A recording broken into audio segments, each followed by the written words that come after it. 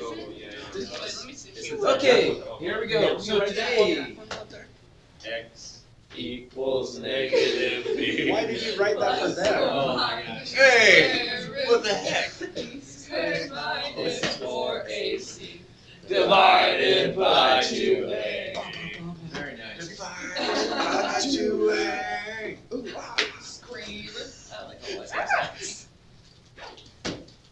I don't understand why it's written up there for them. We just had to listen to the song. Yeah. I like how that was all recorded too. It was awesome. It's a good way to start it off, you know? All I get subscribers on YouTube are getting like I know. content. I know. True. All 8 of them. All us. I mean, I've never been on So it. let's talk about Extrema, and we're gonna, what are they? We're gonna talk about 3 different kinds of Extrema: relative Extrema, absolute Extrema, and global Extrema. Relatively. To me, that kind of just sounds like a 80s hair band, and then these are all the different albums they did or something. I don't know. That's not what it is, though. It's better. Relative is Their pilot band rock. was Seriously? I think so. Oh my gosh! I'll look it up, don't worry. I'd be amazed if you will. Yeah, I'm sure you will. Okay, so what are Extrema? So you guys know this, right? An Extrema fall into 2 categories. Yeah. There seriously was? Yeah. Told you. Haha. All right, let's get some of their tunes up here. Maxima. Minima. There we go. Oh, it's just maximum minimum? Yeah, so those are the plurals, right? Maxima and minima. Singular would be extremum, maximum, minimum, right? So and you're familiar with this. A maximum is like if we want to really start to think about in calculus now, when we're analyzing functions, we want to think about them topologically, right? So what kind of a feature on the landscape of a function is a maximum? Highest point. Yeah, it's a peak, isn't it? Right. So it's going to be a peak, and a minimum is going to be Trough. a trough or a valley, right? And that's it. Really, that's it. That's what a lot of what we're going to talk about are those 2 kinds of features initially. We'll add another one a little bit later too. We'll add inflection points later. But for now, that's all we need. So let's turn that qualitative idea, it's just this, it's a talking point, that's what they are, but now let's make this more mathematical. Let's make it more abstract and more precise. So, definition of Extrema, and this is just right out of your textbook. If a function is, and why do we have to say this? Let f be defined on an interval I containing c, right? Well, we have to, that's kind of our fine print in math. We have to have some function that exists on this interval. How big's the interval? Doesn't matter. Just some interval that we can work with containing the point c. Then when would f of c be a minimum and when would f of c be a maximum, right? This would represent the minimum value of the function. That would represent the maximum value of the function on this interval, right? When's that going to be true? Well, it's going to be the minimum if f of c is what? On that interval. If it's the smallest value, right? It's the valley. It's going to be the lowest point on the topology, right? Which means that it's going to have the smallest, the least value of y, the least functional value, right? So doesn't that just mean this condition right here then? If f of c is less than or equal to all possible values of f of x, in other words, f of x for all x in our interval, right? Mathematically, do you see how that correlates to what we just said, that it's a valley? Okay. F of c is the maximum of the function on an interval if f of c is greater than or equal to f of x for all x on the interval. Okay? So the minimum and maximum of a function on the interval are the extreme values, or the extrema. We have to be able to talk about extreme values in different contexts, though. So when we're talking about an interval, a lot of times we'll just say the extrema But to be more precise, what we really mean are the absolute extreme. So an absolute minimum or an absolute maximum would be the greatest or least values of a function on a specific defined interval. Okay? So let's look at some examples of that, of absolute maxima and minima. So let's take this function, which is, let's look at this one on the left first. F of x equals x squared plus 1. And let's look at this on the closed interval. What do we mean by closed interval? So somebody say, what is it again? Okay. If it's a closed interval? It includes the endpoints. Yeah, it includes the endpoints. Good. It's got square brackets. It includes the endpoints, right? So on this closed interval, if an ant is walking on this closed interval, what is the very lowest point he could stand on? 0, 1. So that is the absolute minimum. Okay. What is the absolute highest point that he could stand on? 2, 5. So therefore, that is the absolute maximum. Okay, let's tweak this a little bit. Let's say this time that it's going to be an open interval. So it's not going to include the endpoints. Is there an absolute lowest point he could stand on? Yes. Yeah, same point, right? 0, 1. So that is an absolute minimum, right? Is there an absolute highest point that he could stand on? No. There is not, because this is an open endpoint, right? And so remember, this is that weird idea that you might think, well, why doesn't he just stand on the adjacent point? Because there is no adjacent point. If you think you're on the adjacent point, there are an infinite number of points still to go between you and the hole, right? It's like cutting your distance to the door in half with every step. Mathematically, you could do that indefinitely and never, ever get to the door, right? Physics might tell you something different, but I won't go there right now. So, no. So, anyway. When do we learn about that? In physics, we'll talk about that. We'll talk about it here in a little bit. Okay, so. You just end up on the other side of the door. So in this case, we have an absolute minimum, but no absolute maximum. And then what if we imposed a hole on the point that used to be the minimum, right? So now we have, say, a piecewise function where we're going to give the function the value of 2, let's say, at that point instead of what it would have been, which is 1, right? Now we have neither an absolute minimum nor an absolute maximum. Same problem in both places. I could get infinitely close to this point, but I can never get there, right? Okay. Make sense? Okay. All right, so those are absolute minima and absolute maxima. Now, go ahead. Like, can you just scroll down? Sure, Okay. sure. Put these down. And this is, by the way, just so you know, this is literally in your book. This is like an updated version of your book, but this is your textbook, page, section 3.1. So it's on Moodle now, or if it's not, it will be. Today at lunch I'll put it up. So this is page 155 in your textbook, right here. Okay. So then, can you think of? Finish this statement for me.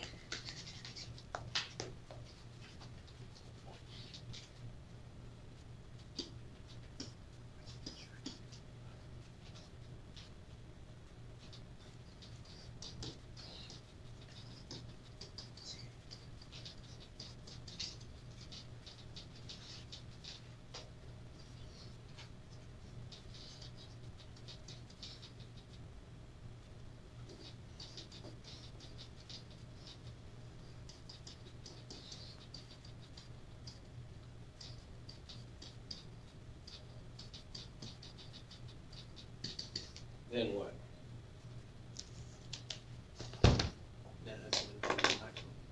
Yeah, right? Everybody agree? If the function is continuous on the closed interval, translation what in terms of the graph? What does that mean in terms of how I'm going to draw the graph? Both of the endpoints are there, and there's only one of them. Okay, so I'm going to, means if I've got an xy plane, let's just say to superimpose this on, if this is x equals a and that's x equals b, that tells me that I must put my pen somewhere on the board at x equals a, draw my function, and take it off the board only when I get to b, right? My pen never comes off the board the whole time.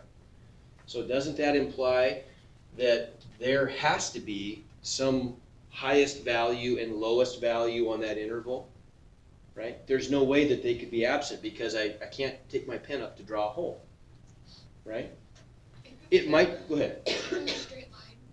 Okay, what if it were a straight horizontal line? Would it be the same thing? It would, yeah. Then every point would be both the minimum and the maximum. That's extreme. Is there a name for that? Yeah. When it's both min and max? Say it again. Is there a name for that when it's both min and max? Well, the name for that is ridiculous in a way, because it doesn't do us any good. You know, I mean, that's not something that we would probably be analyzing for minimum and maximum. If it were a straight horizontal line, meaning a constant function, pretty easy to deal with, right? And so that's, you're right, it's a weird case, but it's a trivial weird case that doesn't really interest us very much, right? If it were a straight line that had some slope, well then, you know, the initial point's either gonna be the minimum or the maximum, depending on if the slope's positive or negative, and the final point's gonna be the other one, right? And there could be ties.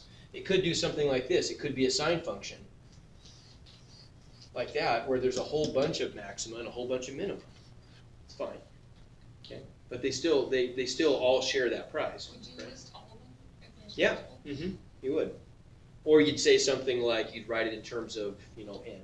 Like maybe it's, you know, 2n plus 1 pi over 2 or something, you know, something like that maybe. Okay?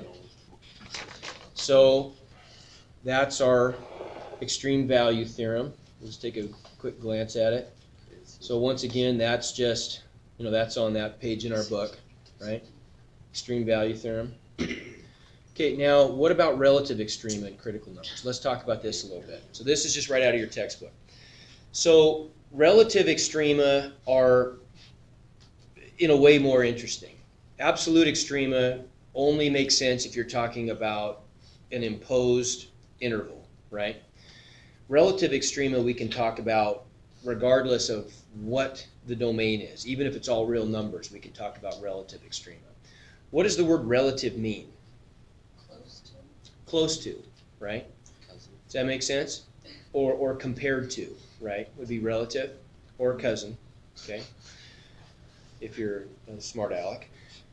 So think about what that means then. A relative extremum. What's a relative maximum going to be? That's going to be a point on the function that is a maximum relative to its immediate neighbors, but maybe not relative to points that are very far away.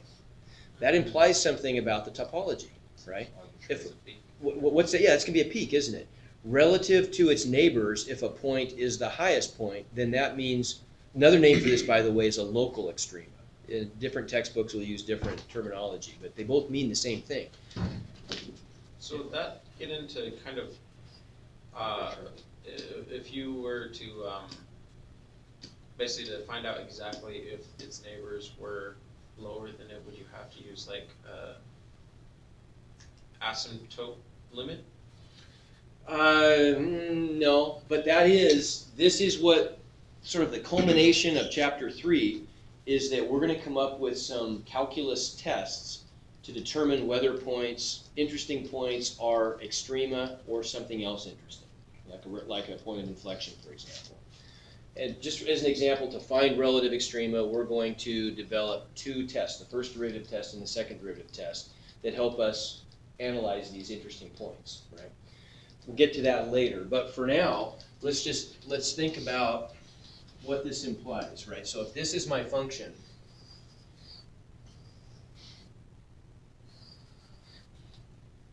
that's my function f, then that is an example of a relative maximum, right?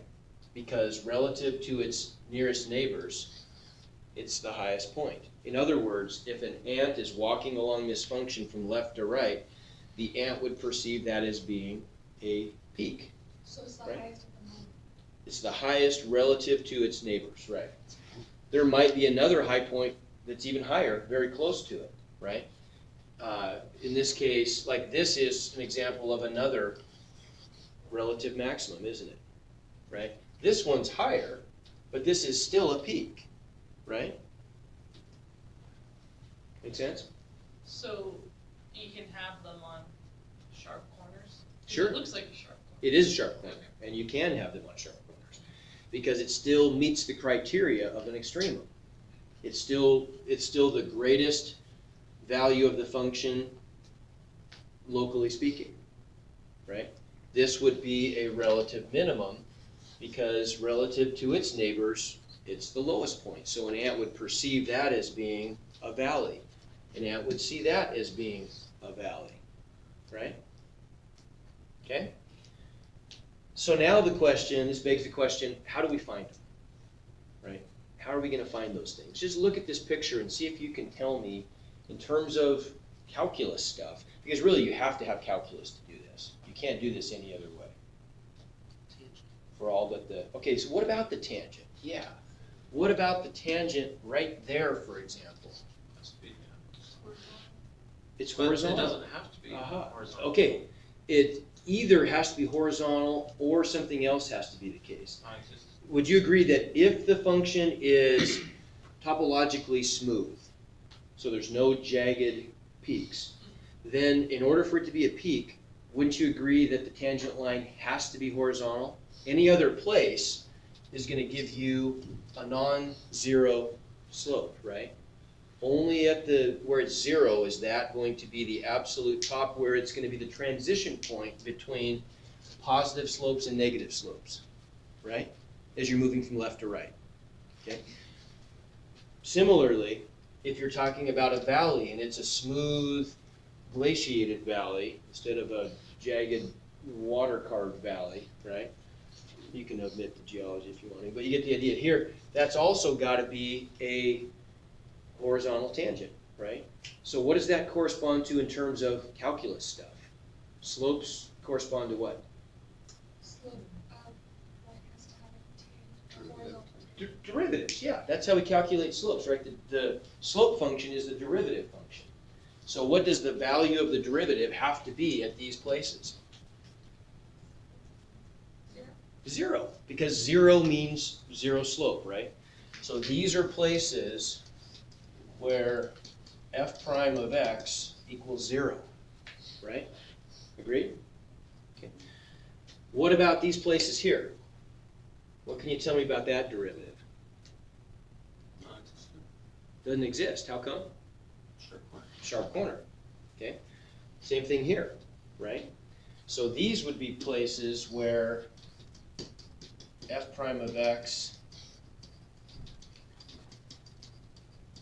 is undefined, right? So how are we going to find peaks and valleys? Take the derivative and look for those places, right? Okay, sounds great. I'll throw another one at you here.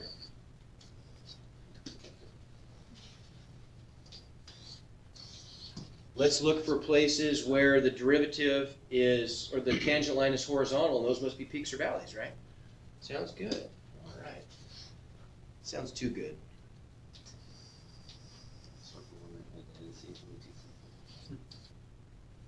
Let's find all the places here where we have a horizontal tangent line. There's one, and Yeah, right there. there's one. Oh, no, yeah, that's a peak, isn't it? On the top though, right next to slightly to the left of where the Van icon is. That's not- Technically. Oh, okay, that was supposed to just be flat there. Oh, Okay. okay. But can So- you consider that a minimum? It's not, is it? It's not, because locally speaking, it's lower than those points, but higher than those points, right? So that's supposed to go down and then flat line. It's supposed to be, yeah, it's supposed to just come down and be flat, yeah. So this is indeed a relative maximum, but this is not a relative maximum, nor is it a relative minimum. Turns out it's what's called a point of inflection, but we'll get there later, right? So there's an important point to be made there. All smooth peaks and valleys must occur at horizontal tangents, right, where the derivative is 0. But not all places on a graph or a function where the derivative equals 0 are going to yield peaks or valleys, right? Some of them are going to fail that test. They're going to be false alarms, right? The same thing, of course, would be true for undefined derivatives. I could draw another example where, let's just say we had one like this. Let me draw a better one.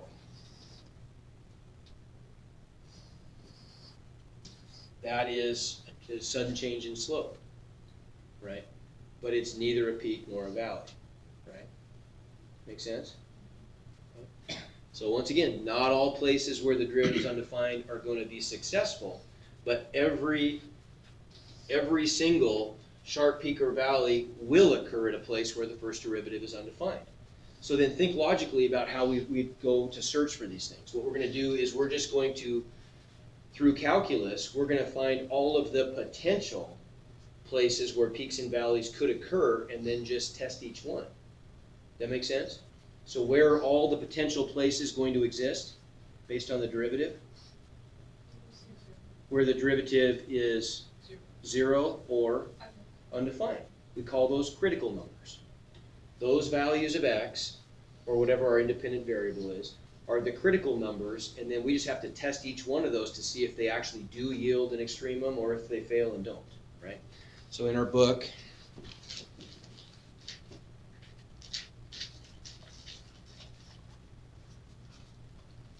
there it is, right there, definition of a critical number. So if f is defined at c, then if either the derivative equals 0 or it's not differentiable at c, then that's defined as a critical number, right? And what we know is that relative extrema occur only at critical numbers, but not all critical numbers produce relative extrema. But we have to test them all. So let's think about here for a second. Let's think about a way that we could maybe use this. We could use this to our advantage. Okay, let's look for relative extrema on a closed interval, or finding all extrema, relative extrema and absolute extrema on a closed interval. So let's take this example, 3x to the fourth minus 4x cubed. Oh, this is where it really starts to get really fun. What was that again? 3x to the fourth minus 4x cubed?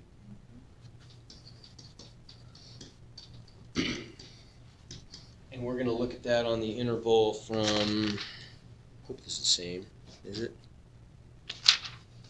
Yeah, it is. -1 to 2. Okay? So what could we do? Let's be strategic here. We're going to find all the extrema, relative and absolute. What should Should we we just do? take the derivative and then find critical 0? Okay, so we're going to take the derivative and analyze the derivative to find critical numbers. First step is to take the derivative. So what is f prime of x? 12x to the third minus 12x to the squared. 12x squared. Okay, good. So now we're going to look for critical numbers, right? So one thing we're going to do, there's two places where we can find critical numbers. The first species of critical number is when that equals 0, right? So we'll set the derivative equal to 0 And then grind or calculate themselves. and solve, right? So let's do a little algebra. What do we do to solve this? Take out 2x to 0. Take out 12 to 0. 12x squared. Okay, I can take out a 12x squared, Yep. and then I'm left with X minus 1. x minus 1. Good. And so Jonathan was seeing ahead here what those numbers are going to be. If I apply the zero product property, right, and I set each of these factors equal to 0, the first factor yields the solution x equals 0, the second factor yields the solution x equals 1. So we get two critical numbers, right, where the derivative equals 0. Okay, what about the other type? We want to ask the question, is there any place on our interval, right, in our domain, where the derivative is undefined? Okay, is this derivative undefined anywhere? Where would it be undefined?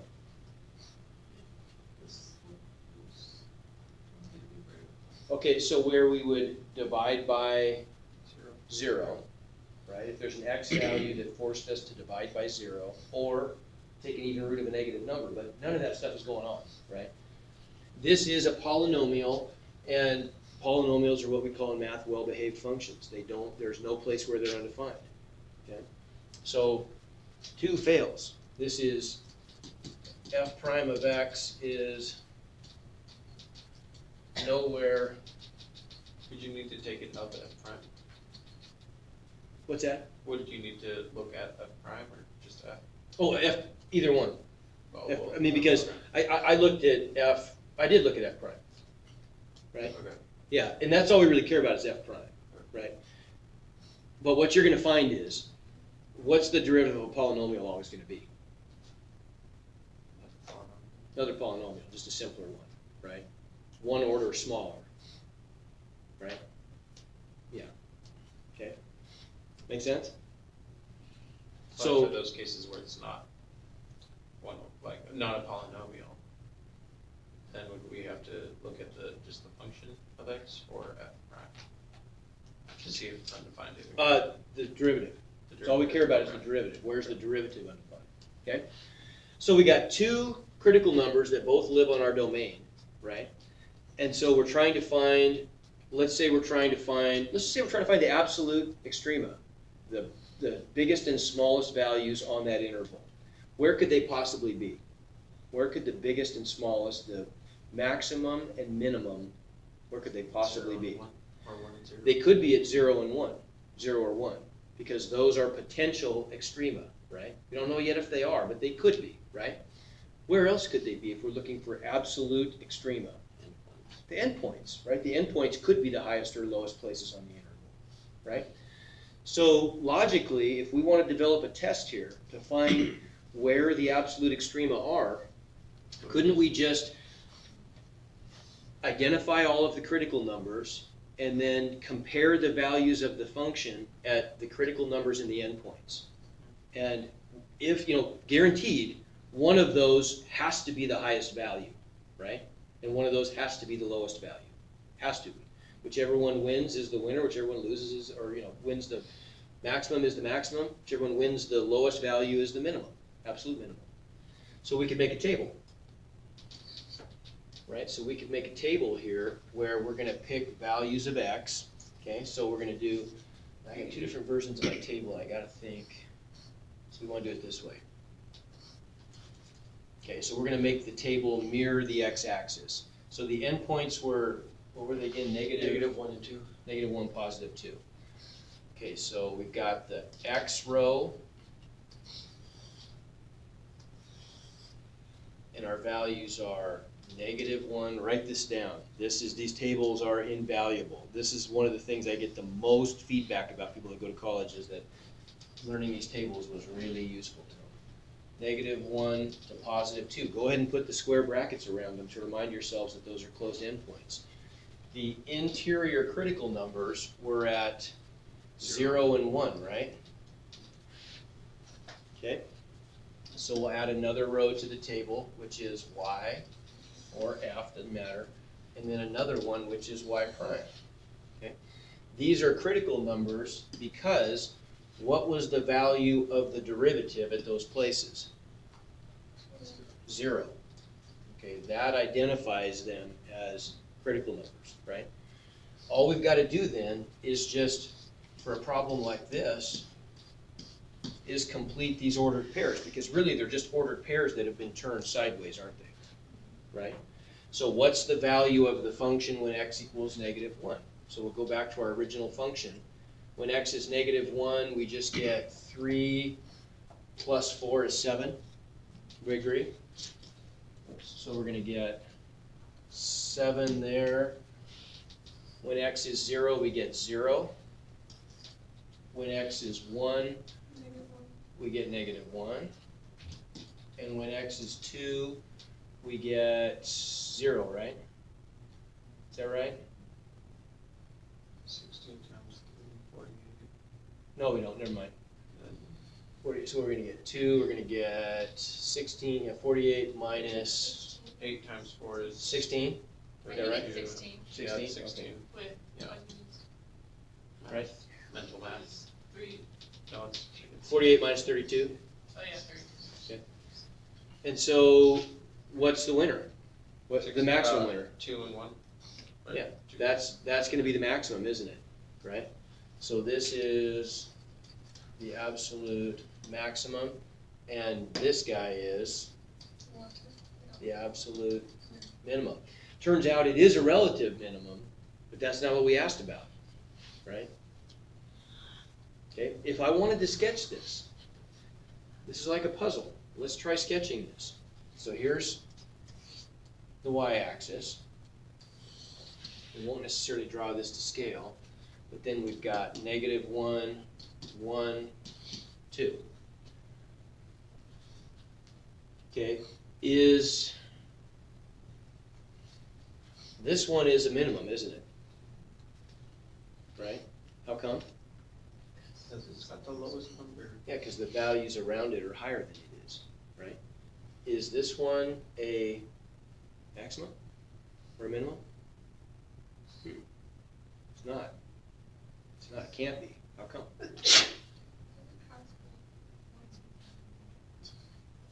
Let's just kind of graph these. So this one goes at, it's like right here, let's say. We won't draw this to scale. This one's up here. This one's there. And this one's kind of there, right? That has to be a minimum, a relative minimum. Why can't this one be? Somebody give me a good explanation for why it can't be. A relative? Yeah. It's gonna be going down. Well, yeah, I know, but Because what it's- if it went up? Like, but we don't also- know the points of it. It's gonna Okay, so the suggestion is, maybe it did this, right? Maybe, what River's saying is maybe it did something like Yeah. that, right? Can't. We can't. Then it would be a relative maximum. Okay, but that's okay, so maybe it is a relative maximum, but it can't be. That can't be the case, how come? Wouldn't there be another number? Ah, exactly, because if that were the case, What if it was a sharp corner? that would have There'd be necessitated another minimum.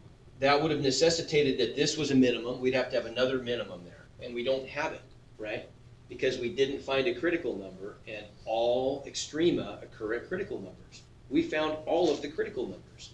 So therefore, we know that there is, at most, 2 extrema.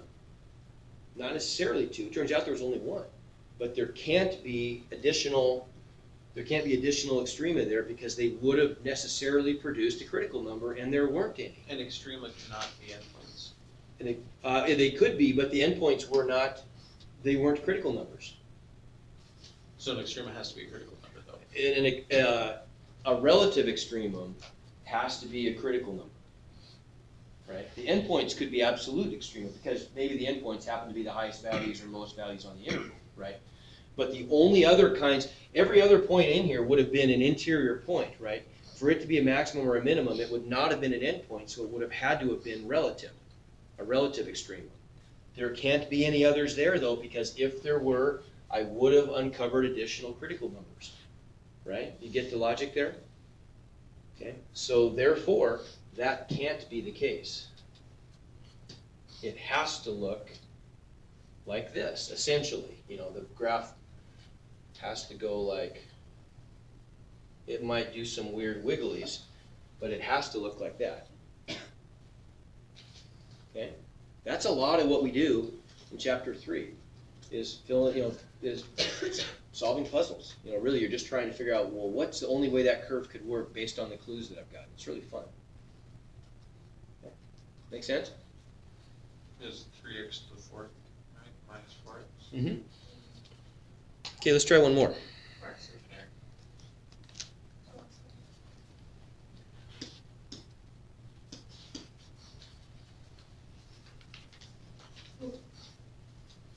So when's our test to take? Yeah, what do we- Not Mondays, it's a short day. What do you say, Tuesday? That sound good? Give you enough time to mull that stuff over? It's off topic.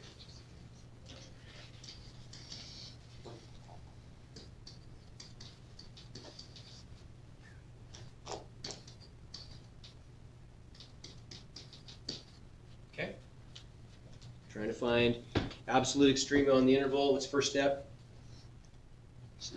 Derivative, right? We need the derivative function. F prime of x is what? 2. 2 minus, 2x, negative 1/3, good. Okay, so another way of writing that would be as 2 minus 2 over x to the 1/3. I think it's a real good idea when you're looking for critical numbers to always write the derivatives in terms of positive exponents. Okay, so let's look for our critical numbers.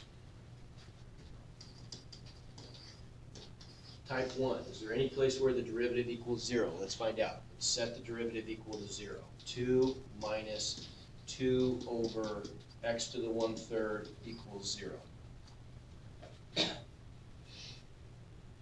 What could I do? Add or subtract 2 over here. Yeah, why don't I move the negative term to the other side, right? So we end up with 2 equals 2 over x to the 1/3. X to the 1/3 equals 1. So we could, so what we could just transpose diagonally, right, in a proportion. So then that gives us x to the 1/3 equals 2 over 2, which is 1. Okay? How do I solve that equation? How do I solve, because this is a radical equation. X to the 1/3 is a radical, right? It's cube root. What do I do? Cube it. I'm going to cube both sides, right? I'm going to isolate the radical or the fractional exponent and take both sides to the appropriate power to undo the radical slash fractional exponent, right? So I'm going to cube both sides. If I cube both sides, I get x equals 1. Okay, but I changed colors here because whenever I take both sides of an equation to a power, I may introduce extraneous solutions. So what do I always have to do? No, Check it. I have to check it. I have to go back to the previous step somewhere before I took both sides to the third power and check it and see if it works. Well, I can go anywhere. If I go right here, it does work, doesn't it? Right? If I plug in 1 to the 1/3 is equal to 1, check. Right? I could have checked it there if I wanted to. So that is one critical number, okay? What about the other species of critical number, where it's undefined? Okay, is there any place where the derivative is undefined here? And I don't even really have to do much. Look at the derivative. If f prime of x equals 2 minus 2 over x to the 1/3, is there a red flag there anyplace? Yeah. In this term right here, what would be the x value that would cause me to divide by 0? 0, right? So by inspection, we could just say, yes, x equals 0 is my other critical number, right? So I've got 2 of them. And we're out of time. But I'll save this and we'll pick it up here next time. Okay? I'll put up an assignment. You can get started on it.